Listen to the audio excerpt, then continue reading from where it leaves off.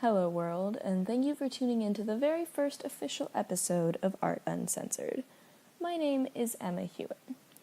Throughout my time on this earth, I have been many things, from restaurant prep cook to full-time world traveler, punk rock babe to Audrey Hepburn lookalike. I am now an artist living in the Irish countryside, drinking weird beer flavors and studying French. However, throughout this roller coaster ride of major life shit, two things have remained constant: my love for art and obsession with mysteries. Throw all those things in a blender, and what do you get? This podcast, a combination of fact, tradition, lore, and wild conspiracy centering around history's greatest masterpieces, as well as the modern ones. With that, let us begin this much-anticipated first episode. And when I say much anticipated, I refer to my three best friends who have been begging me to leak recording footage for 2 weeks and are probably the only ones listening. Quickly became a 30-page college thesis where I basically spilled my undying love for the great Renaissance man himself. Even after the paper was completed, I couldn't get enough. I stayed up all night studying his notes and drawings. I started carrying a sketchbook everywhere I went. I wrote with a fountain pen because I thought I was super cool, and constantly questioned everything, much to literally everybody else's annoyance. I treated Michael Gelb's book, How to Think Like Leonardo da Vinci, as my own private Bible, and basically anything he wrote was canon law. I actually went so far as to become ambidextrous and write everything backwards from right to left, just like Leonardo. And again, I just thought I was the coolest person ever. And it actually got to the point that my 8th grade Latin professor requested an exorcism. And all I can say looking back on all of that is, to anyone who knew me, I am so fucking sorry. Anyway, you get the picture. Leonardo was my personal Lord and Savior. So, in case you haven't guessed, this very first episode is a tribute to what is arguably his most famous painting and the most talked about artwork of all time, the Mona Lisa. And may I just say, Lord, what a rabbit hole. Shortly after typing in the words Mona Lisa into my search engine, I realized that we actually know virtually nothing about her, and every single article is titled Mona Lisa, Secret Revealed. I basically spent 6 hours sifting through webpage after webpage until I compiled a short list of my favorite legends and conspiracy theories. Otherwise, this episode would still be playing by the time episode 2 airs a week from today. Anyway, enough stalling. Grab a snack or a glass of weird beer and enjoy.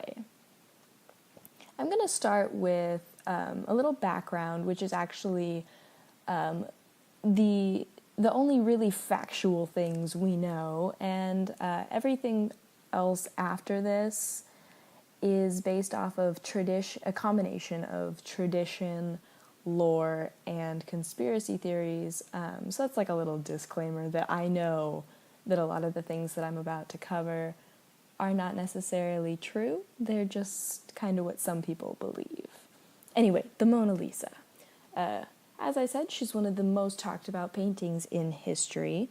And she's a painting by Leonardo da Vinci commissioned in the early 1500s, so she's definitely painted in the Renaissance style of the age.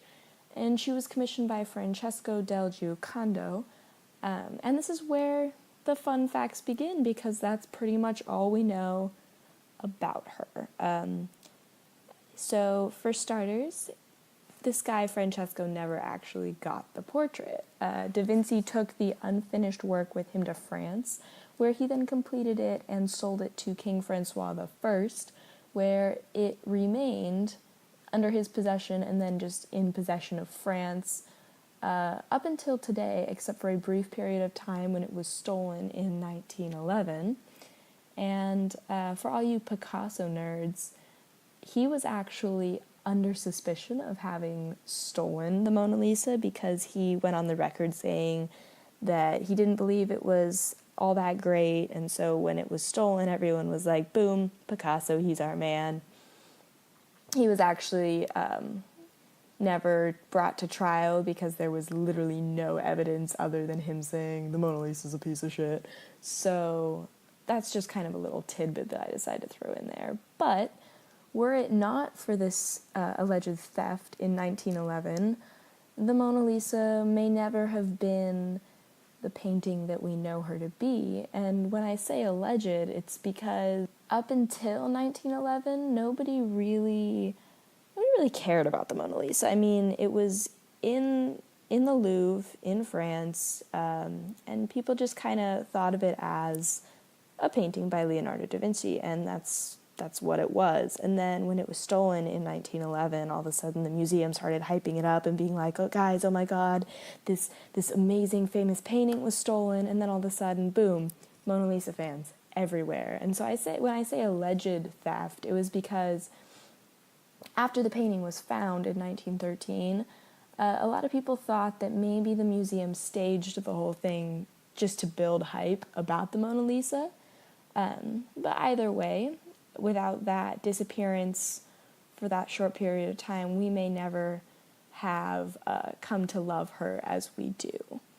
So traditionally, the painting was of this guy Francesco's wife. Hence its original title, La Gioconda, but factually, no one actually know for sure who the hell this lady is. A lot of people believe that the Mona Lisa is just a female self-portrait.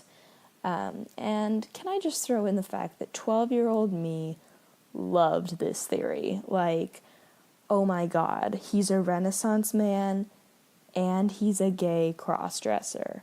I loved that idea. It just, as a young, confused LGBT youth, I was always just like constantly looking for role models. And when I found out that my personal idol was also LGBT, I was ecstatic. So this whole theory that the Mona Lisa is just a female self-portrait, I was super into. And the theory is based off just, for starters, the fact that he was presumed to be a homosexual and he loved games and he loved jokes, so to paint himself as a woman would definitely be characteristic of the artist. However, there were some scientific facts to back this up as well, where they analyzed both the Mona Lisa and his other self-portraits, and you can see that they do bear a lot of similarities just from like facial structure to the overall expression. There are many, many similarities, and so that theory is not actually that far-fetched in that it could just be a female or even just younger version of himself. To continue, though, the homosexuality theme, other scholars maintain that this portrait was of one of his apprentices who was also his boyfriend. And I just thought that was kind of cool, like, whether or not it's true, just, hey, you're my apprentice, also secretly sleeping with you, here's a painting as tribute. I always liked that theory as well.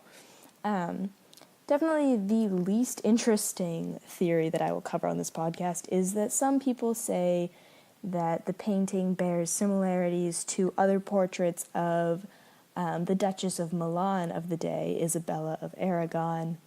Yeah, that's basically all I have on that note, just that some people think that that's who it is, and then the fun stops there. Not a fan of that because I'm totally on board for all things conspiracy theory. Many say that there was no model at all, that Leonardo just painted what he thought to be the ideal woman of the time, which, may I just say, is a little bit funny, because when we look at the Mona Lisa, I'm not going to deny that it's a freaking gorgeous painting.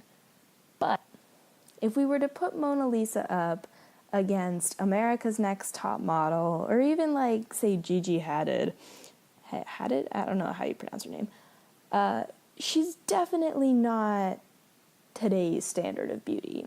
For one thing, she has no facial hair, like not even eyebrows, eyelashes, or like a little whisker on her chin. So no facial hair. She's kind of bloated. She's squinting, grimacing, half smiling, we're not really sure. So definitely not the modern standard of beauty. However, apparently she was the ideal woman of the time. And this is where it gets pretty interesting. There are some that make quite the compelling argument that the Mona Lisa is a portrait of his mom. And a quote from ArtNet News reveals one of the many theories surrounding the Mona Lisa. Disputing that the painting is a simple portrait of Lisa del Giocondo, Floresco declares that everything comes to conform Sigmund Freud's conclusion that this masterpiece represents the mother of the artist, Caterina. And they later go on to talk about, in this article, about how Caterina was supposed to be the ideal image of maternity and womanhood, and that this portrait was of his mother as to symbolize that.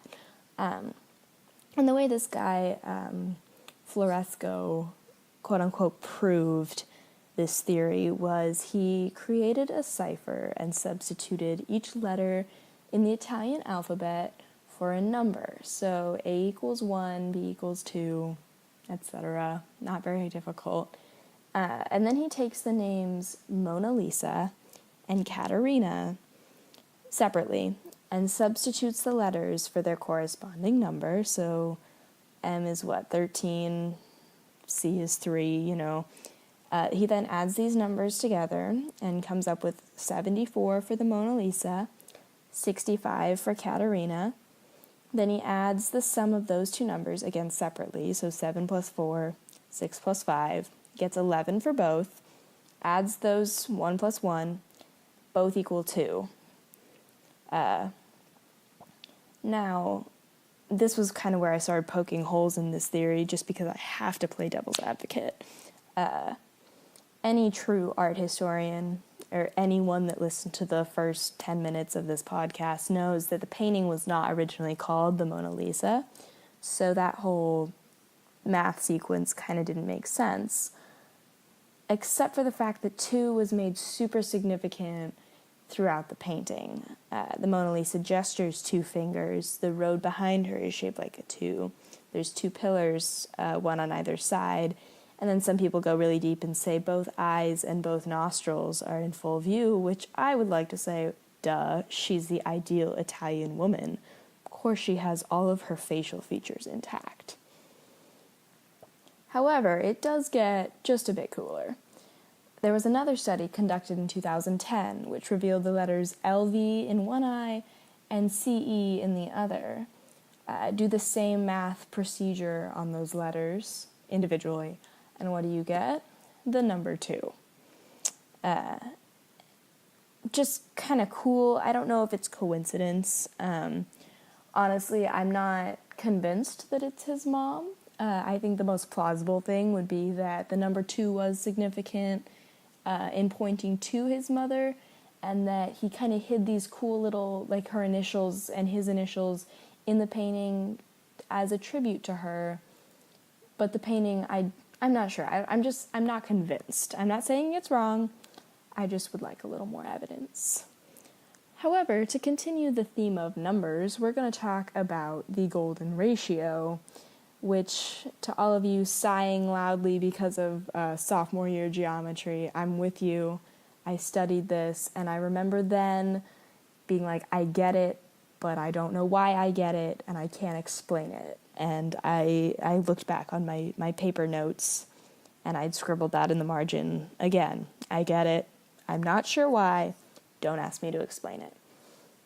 But basically, it's a math sequence, and it's actually super simple at first, and then the more you try to comprehend it, the more your brain kind of freaks out. And I always just end up with a headache. But anyway, you take a line, divide it in 2, and that longer part divided by the smaller part is equal to the whole length divided by the longer part. Whoever figured that out is a fucking genius. Definitely not me. Anyway, Da Vinci used the golden ratio in a lot of his work, as did the majority of other Renaissance artists. His illustrations of this golden ratio were featured in a book called De Divina Proportione by Luca Pacioli, and it was published in 1509. And so I just wanted to point out that this was actually a collaborative work of author and illustrator, not that someone later analyzed his work and wrote a book about it. It was actually something they did together, just something I found interesting. And this divine proportion was said to create feelings of balance and harmony throughout the artwork. And that's kind of why when you look at, especially Renaissance art, you get these kind of weird feelings of almost like euphoria, where it's so peaceful and so calming, but you're not exactly sure why, because a lot of these Renaissance paintings are actually kind of dark and depressing, if not graphic. So if you ever wonder why you're so drawn to these paintings, it's because these artists were masters of using the golden ratio. There have been many analyses made about the Mona Lisa, and some say that the golden ratio is super prominent, others say it's actually not. And the thing is, if they're there, they aren't super apparent. Because unlike the Last Supper and the Annunciation, the Mona Lisa has very few straight lines or architectural elements to be used as reference points. So you can make a determination of a golden ratio, but it's not super obvious and they're less definitive, which leads many people to believe that they're not actually purposely present. And basically the only reason we really care about that is if the Mona Lisa wasn't drawn or painted using the golden ratio, then why is it so beautiful? Why is she so calming to look at? Why are we so drawn to her? And that's just kind of another mystery to throw into this melting pot of stuff that we're confused about. So from here, it gets a whole lot more interesting. And I basically just ordered these next theories in order from least outlandish to downright insane. And each one I noticed gets a little bit longer, a little bit more complicated, so bear with me. This is going to be really, really fun. First off, most people believe that the Mona Lisa is pregnant. And this actually makes sense for a lot of reasons. If we're going by tradition and the painting is of Francesco Giocondo's wife, the timeline for the painting would mean that the model was pregnant with her second child. So basically, Leonardo was painting the portrait. He said, hey, you're pregnant, so you're going to be pregnant in your portrait. It only makes sense. Also, her hands are crossed over her obviously protruding belly. That would suggest that she was pregnant. That's a very common pose even now. And she's also wearing a sort of shawl that suggests that maybe she was hiding the pregnancy, which directly ties into the next theory, is that she was a prostitute. Historians say that Mona Lisa's garb, and hey, remember when I said she has no eyebrows or eyelashes? That was foreshadowing, because the whole thing where she has no facial hair could actually point to the fact that she was a prostitute.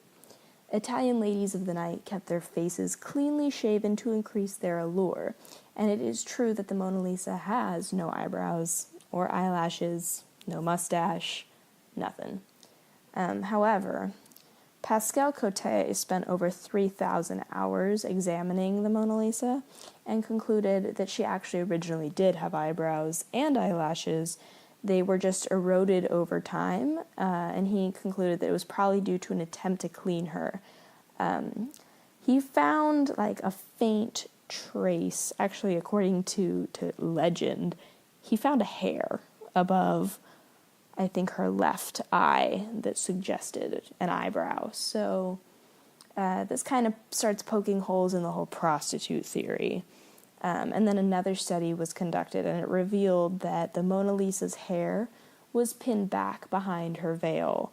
And that's something that an Italian prostitute wouldn't have done. Only wealthier women, nobility, pinned back their hair. Prostitutes, I guess, just wore it long and loose, man.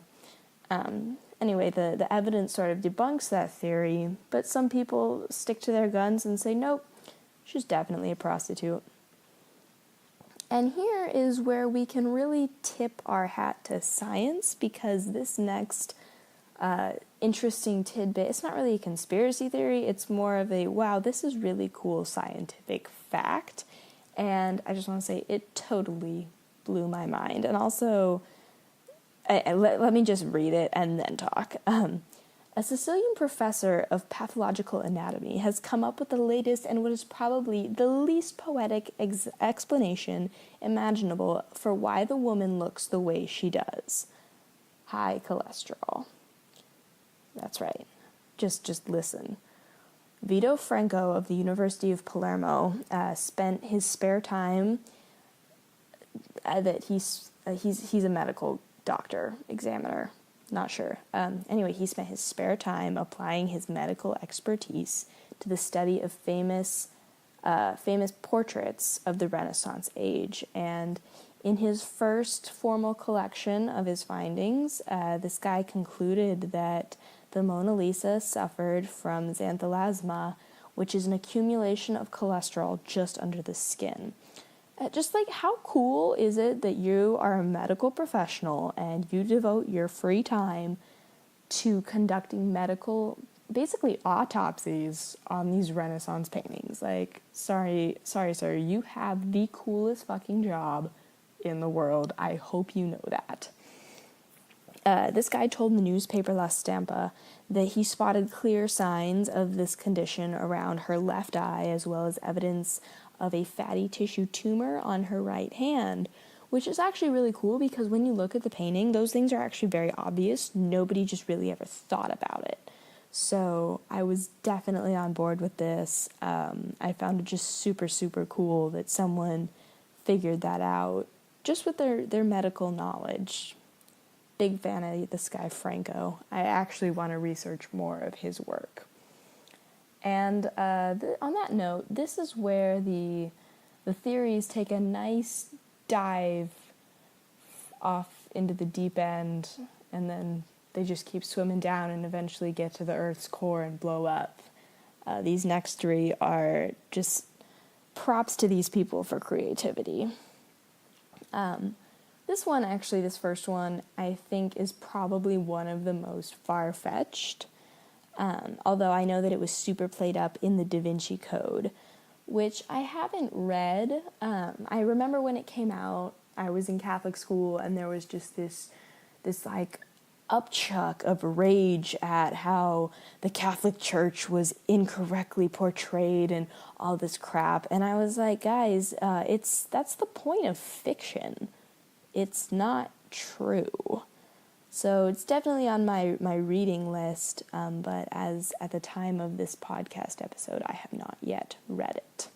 However, this theory was super played up in the Da Vinci Code that the Mona Lisa is perfect in terms of symmetry and the usage of the golden ratio, and that it forms the ancient symbol of Christ's chalice that is an indirect hint, or rather a map to the Holy Grail.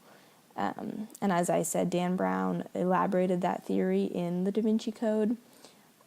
Again, I'm super interested in like exploring it more. I just think that it's a little far-fetched, especially because at the time, it would have been the 1500s when this was painted, the Holy Grail had been missing already for a couple hundred years. So I wasn't thoroughly convinced, but who knows?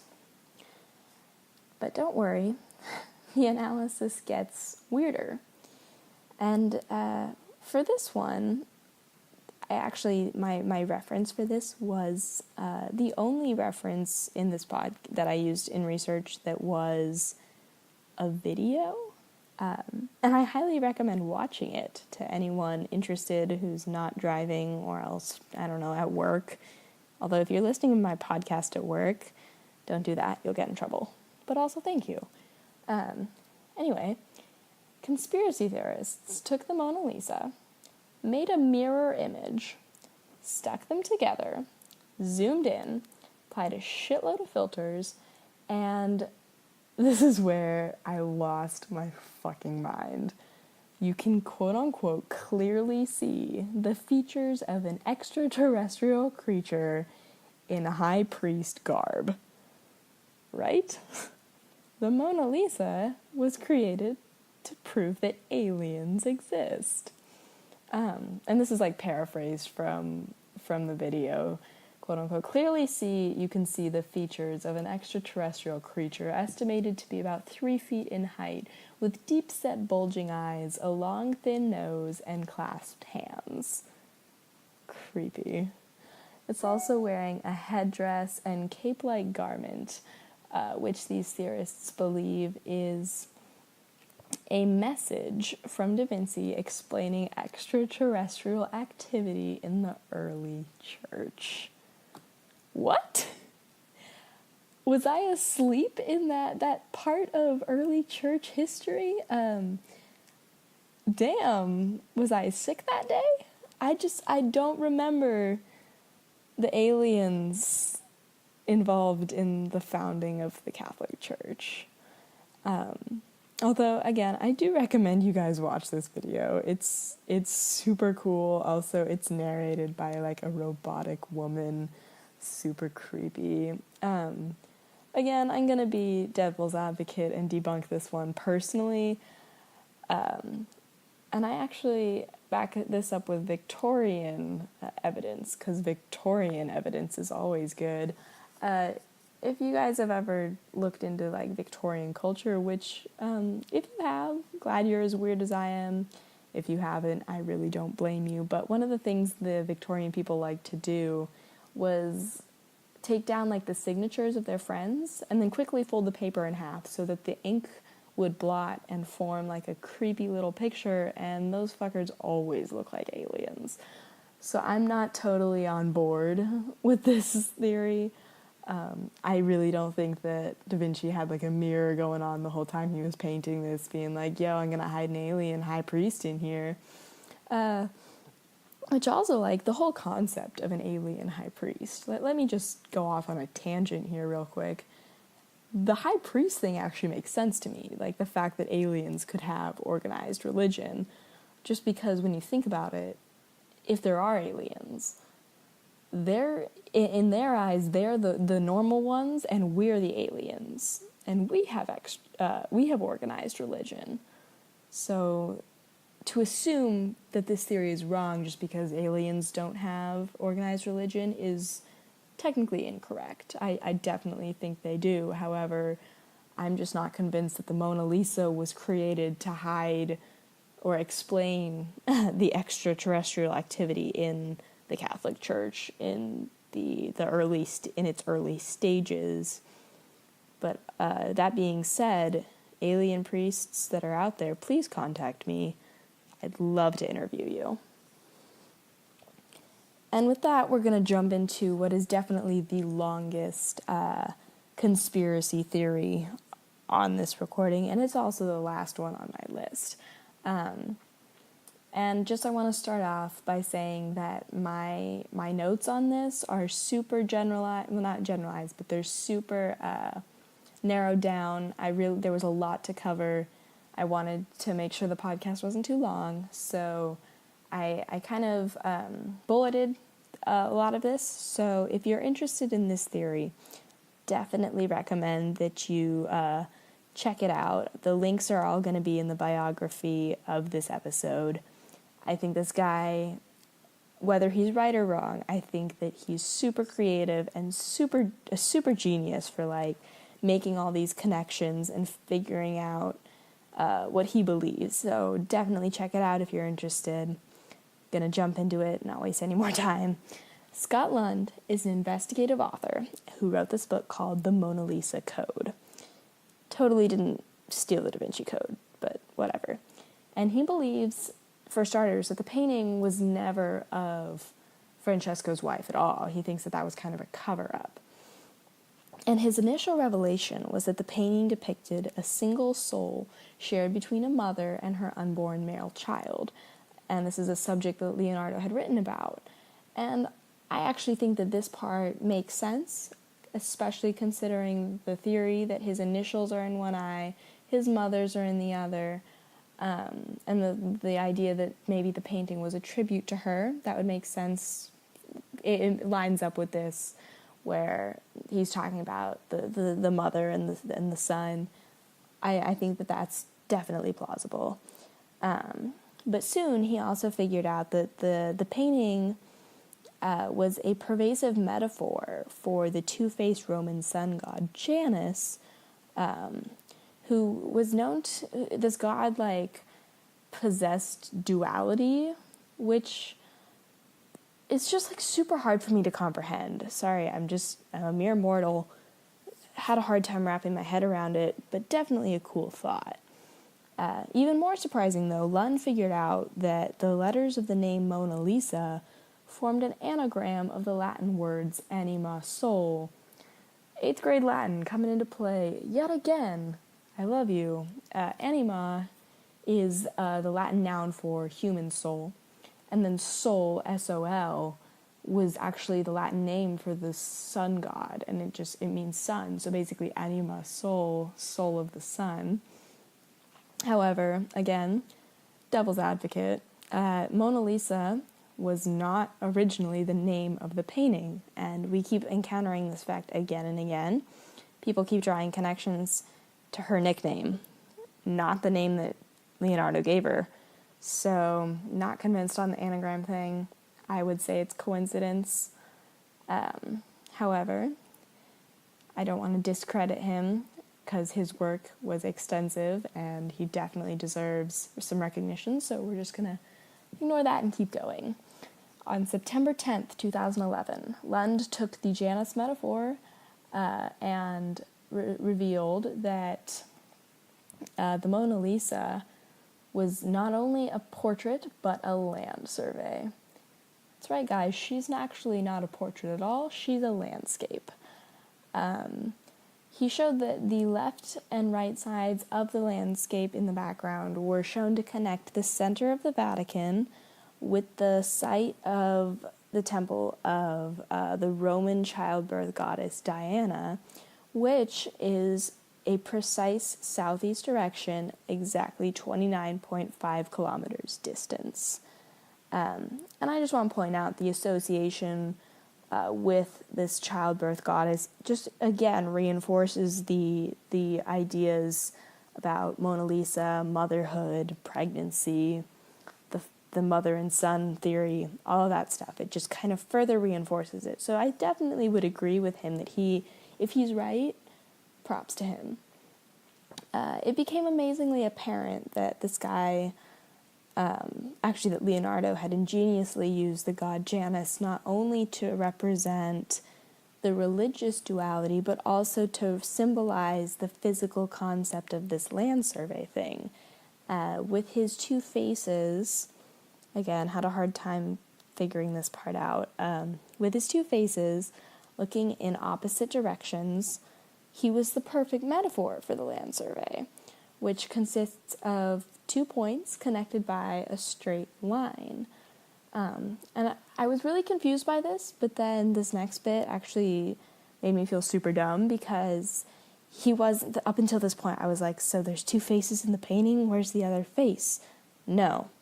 What he meant was there's 2 points that are, 2 different, they're 2 different points in space, and they're connected by this straight line. So actually when you're looking at the painting, you're looking in 2 directions at once. Therefore, you are a metaphor for the god Janus. I thought that was super cool. Again, not sure if it's true, but super cool concept.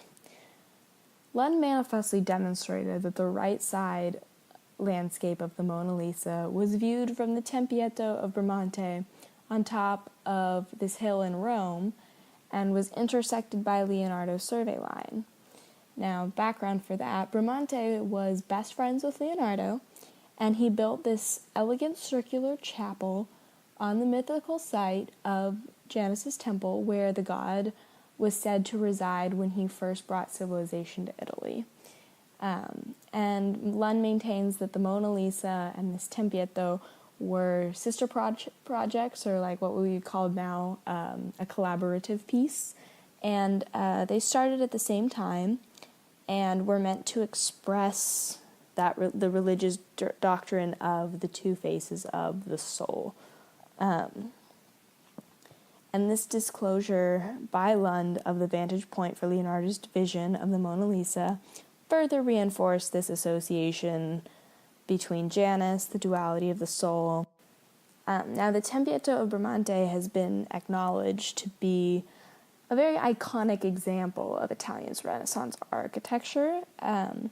However, this guy, Lund, was the first to identify that the structure itself, it's like if you look up a picture of it, it's like a big dome with a smaller dome on top, kind of like a cake. I'm sorry, butchering Renaissance architecture here. But the larger portion in the bottom is the animal soul, and the smaller portion on top was supposed to represent the celestial soul. And basically, long story short, this guy figured out that the Mona Lisa wasn't a portrait at all, but this physical representation of the Tempietto Bramante, but also a metaphor for the dual-faced soul. And it just keeps getting better. And again, I just want to give props to his creativity and his thoroughness and how much time he must have put into this. And this was also about the time that I realized that he probably never got to actually analyze the real Mona Lisa. So he did all this work, unless I'm completely wrong, he did all this work based off of scans. So again, kudos to him. He kept going with this analysis, and he detected what he thought were some constellations in the background, and actually, voila, figured out Mona Lisa was depicted in the early hours of Christmas morning, 1500 AD. And again, I just want to point out that if this is true, it again connects back to the whole motherhood theory. Christmas celebrates the birth of Christ, who's the most iconic mother and son duo of all time, the Virgin Mary and Jesus Christ. Again, it does make sense. Anyway, he goes on to further explain this connection with the stars, galactic science, all this crazy cool stuff that I couldn't do justice to in this episode. So, Scott Lund, I applaud you. And again, I strongly encourage anyone who's interested in reading more to check out this guy. Honestly, I think you just Google Scott Lund Mona Lisa and he'll come up, as well as his book, The Mona Lisa Code. So definitely a good read, definitely worth checking out. I read through it, and I was obviously taking notes and stuff, but my jaw just kind of like fell and slowly just kept falling because I was so impressed by just like how cool all this stuff is. I know that sounds super uneducated, but this guy just did a lot of research and made a lot of really cool connections. So yeah. Now for the flip side, what I believe. I think the whole study of the Mona Lisa is just an amazing concept in itself. Just because no one ever said that she was a riddle, or, I mean, there's nothing written anywhere. There's no diary entry that says the Mona Lisa, La Gioconda is actually not a painting, blah, blah, blah. We all just kind of got hooked into this wild goose chase, and we're determined to find out what quote-unquote it means, even though we don't even know if it has a meaning. And I think it's also super fascinating that we continue to chase after this, even though the secrets died with Da Vinci. And maybe that's the biggest mystery, is why we continue to tirelessly dig for the facts and reach for the evidence and come to these quote-unquote conclusions without ever really knowing, and also knowing the whole while that we'll never be satisfied. We're never going to get the answer. But I also think that in itself fuels this hunt, because there's no right or wrong answer, and there's this fine line between fact and fiction where the possibilities are just so endless. Like, again, we can go from medical analysis to the Mona Lisa is actually a painting of a small alien priest. And personally, I really do want to believe that there's a hidden message, just because, like, I idolize this guy for his creativity and his riddles and his codes my entire life. And I guess I would be super disappointed if I die and in the afterlife I meet him and he tells me, yeah, there was nothing in that.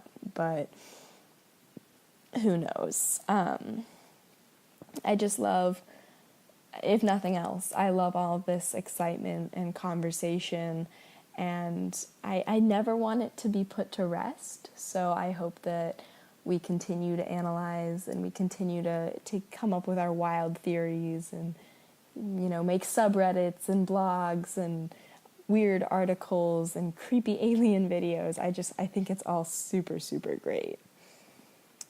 And with that, we're going to transition. Our art term of the week is French. Shocker, considering I am studying French.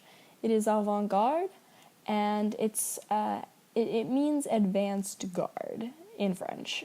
And this term is used in English to describe a group that is innovative, experimental, and inventive in its technique or ideology, particularly in the realms of culture, politics, and the arts. And basically, I found this fitting, considering the entire Mona Lisa debate is composed of innovative, experimental, and inventive groups of people who come up with these theories, do the investigations, and so on. So thank you guys for listening to my first episode. You can find more information about this podcast, as well as teasers, updates, and future episodes on social media. We're on Instagram and Facebook as Art Uncensored Podcast, and on Twitter as Art Uncensored PC. Screw you, Twitter, for having a 15-character limit. I wanted my full name, but whatever. You can also email us your personal comments and questions at artuncensoredpodcast@gmail.com. Please leave your comments, reviews, suggestions, whatever, on whatever platform you'd like. Rate us on iTunes, etc. It all just helps the podcast. As for if you're interested in my personal life, which I'm flattered if you are, totally not surprised if you're not, you can check out my Instagram, which is used paint water, because again, I'm an art freak, or my art Instagram, egh.art. Just the creativity keeps a rolling, guys. Or visit my website, www.everythinginvinyl.com. And now the credits roll. All credits go to me, except for the music that is done by Benjamin Dougherty with help from Liam Carson. Thank you guys, and good night. A list of my sources will be listed in the description of this episode. Disclaimer: the subjects talked about in this podcast are based on theory. I do not claim any of them to be fact. The factual information presented is correct to the best of my knowledge, but if you have any questions or comments, feel free to contact me at your leisure.